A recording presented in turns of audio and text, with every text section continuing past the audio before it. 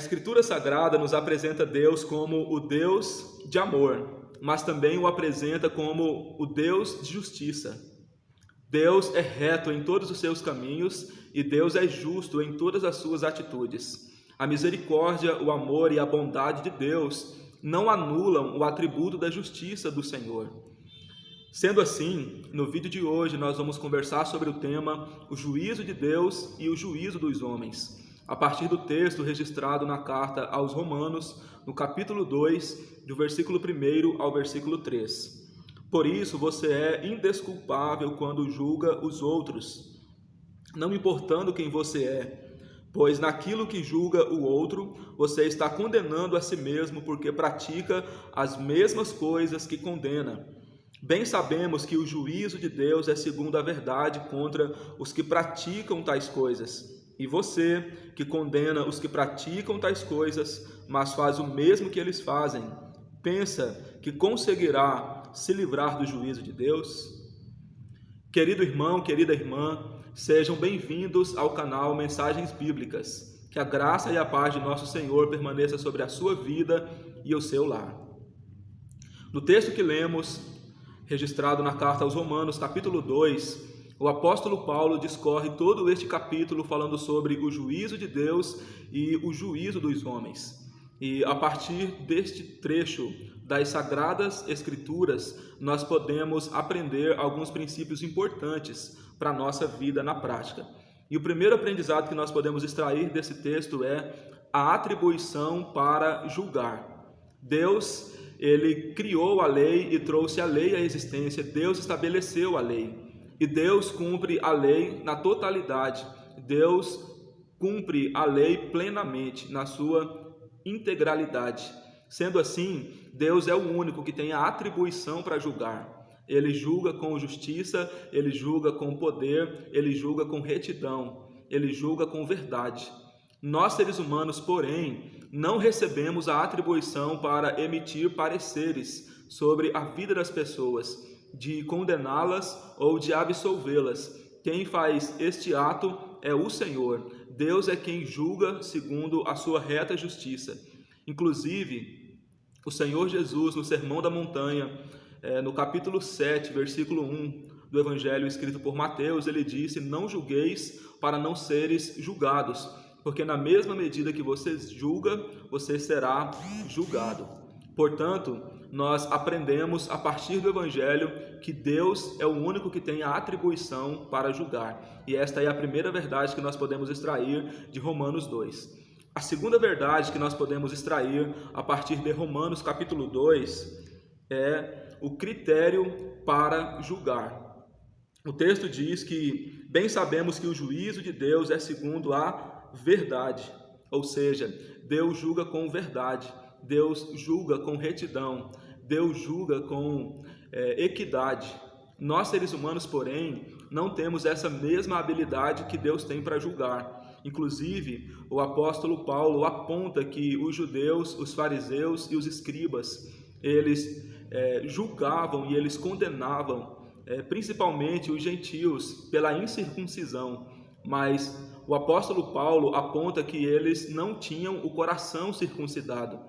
Ou seja, o apóstolo Paulo estava fazendo uma grave denúncia de que o coração deles não era voltado para Deus, não era um coração quedado a Deus. E o apóstolo Paulo diz também que eles condenavam a idolatria dos outros, a idolatria dos homens e das mulheres, porém, eles cometiam sacrilégio e idolatria também. E no julgar com as pessoas, eles eram pesados, eles eram duros. Mas ao lidar com os próprios erros, eles suavizavam. E por isso o apóstolo Paulo aponta que nós, seres humanos, não julgamos com retidão como julga com retidão o Deus a quem nós servimos. Então o critério de Deus para julgar é a justiça, é a verdade. Nós, seres humanos, porém, não temos essa mesma habilidade que o Senhor tem para julgar. E a terceira verdade que nós podemos aprender a partir desse texto é a misericórdia de Deus na aplicação do juízo. Isto mesmo, quando lemos a primeira carta do apóstolo João, no capítulo 1, versículo 9, A palavra de Deus diz que se nós confessarmos os nossos pecados ao Senhor, Ele é fiel e justo para perdoar os nossos pecados e nos purificar de toda injustiça. Esse texto é tremendo, é maravilhoso, porque um juiz, a atribuição dele é para julgar, é para aplicar a lei. O juiz, ele não tem autonomia para perdoar. Porém, o nosso Deus, ele é um juiz que perdoa segundo a misericórdia, porque quando nós pecamos, quando nós cometemos falhas, erros, e nos arrependemos, Deus, ele paga o preço da nossa culpa, o preço do nosso pecado, na pessoa bendita do seu Filho Jesus Cristo. Então, quando nós pecamos e nos arrependemos dos nossos pecados, Deus, ele traz para si os nossos erros, ele pune em si mesmo, na pessoa bendita do seu Filho, os nossos erros e nos purifica, e não imputa sobre nós a gravidade dos nossos pecados.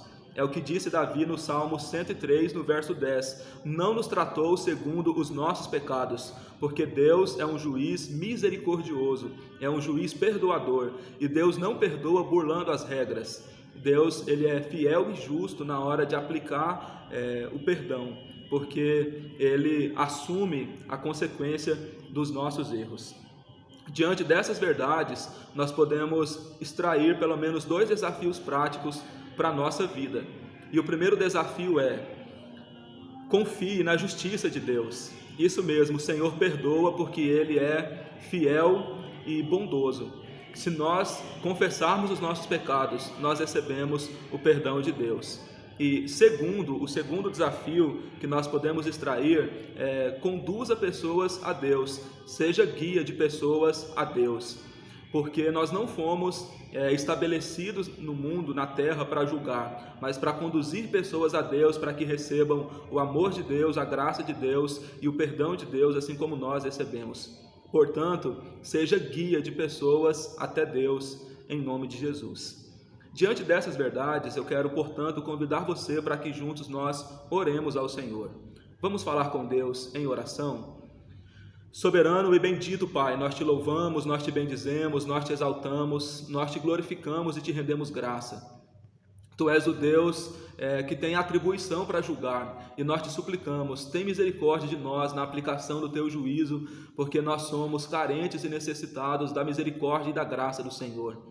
Tu és também o Deus que tem o critério da verdade e da justiça na hora de julgar. Nós não sabemos julgar como convém, mas o Senhor é justo, o Senhor é fiel, o Senhor é piedoso, o Senhor é misericordioso. Deus, usa a nossa vida para conduzir pessoas à Tua presença e usa a nossa vida também, meu Deus, fortalecendo a nossa fé, para que nós confiemos no perdão e na graça do Senhor, em nome de Jesus. Amém.